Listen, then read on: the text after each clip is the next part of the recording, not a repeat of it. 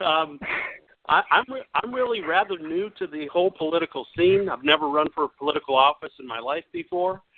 Really, honestly, never had any designs on doing it or thought that I would.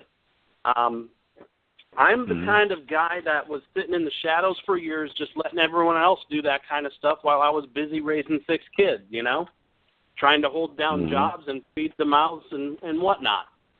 And it was about 10 years ago that a coworker of mine approached me, and we had a history. We had kids at Little League together, and when he came to work at the company, it wasn't like the typical coworker situation. You know, we actually had those conversations about religion and politics, you know.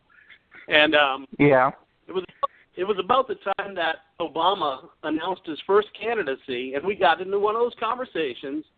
And he asked me where I stood on various things here and there, and he looked at me and started chuckling. He said, you know, you're a libertarian and you don't even know it. And he was laughing. I was like, what? I don't even know what you're talking about, you know. And time went by, never got involved. You know, I did take the shortest political quiz that day. That's the first thing he had me do is I realized I was smack dab in the middle of the libertarian quadrant a decade ago.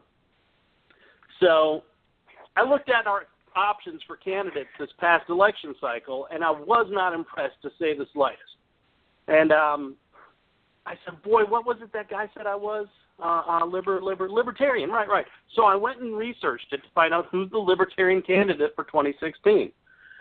I found out and read up on Johnson and Weld, really could get behind a majority of what they were saying, threw $15 at him on one of his $15 million money bombs, and of course that put me on a list, right?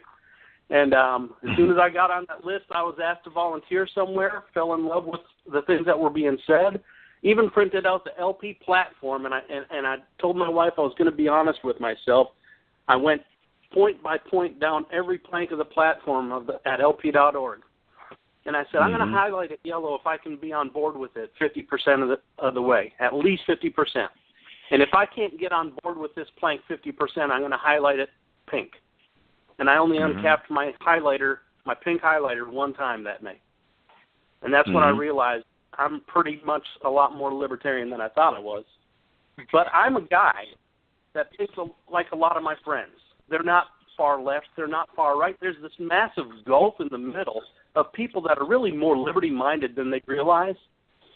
And they really are more about reducing government, reducing taxation, and I'm a Navy veteran. So allow me a maritime or nautical analogy, if I may.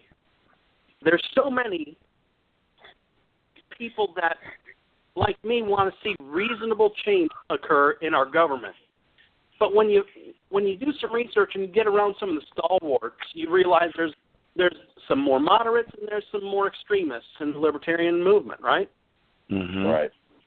And for me, I'm not the kind of guy that, you know, I feel the American politics, America as a democratic experience and experiment really built up a head of steam.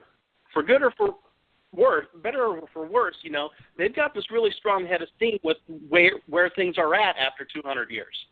It's like a battleship. It's like a battleship pulling 40 knots with a rooster tail. You're not going to slap it all right now and start going the other way. Now, I know there's some that want that to be the message, and there's some that want that to be what happens this election cycle or next election cycle. But reality speaks that America doesn't change quickly. By human nature, no one likes to change quickly, you know?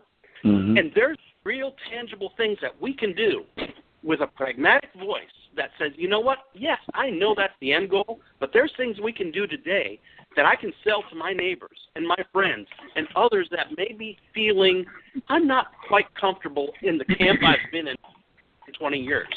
Maybe there's room for me to be liberty-minded like this guy because he says a lot of things that I can agree with, you know?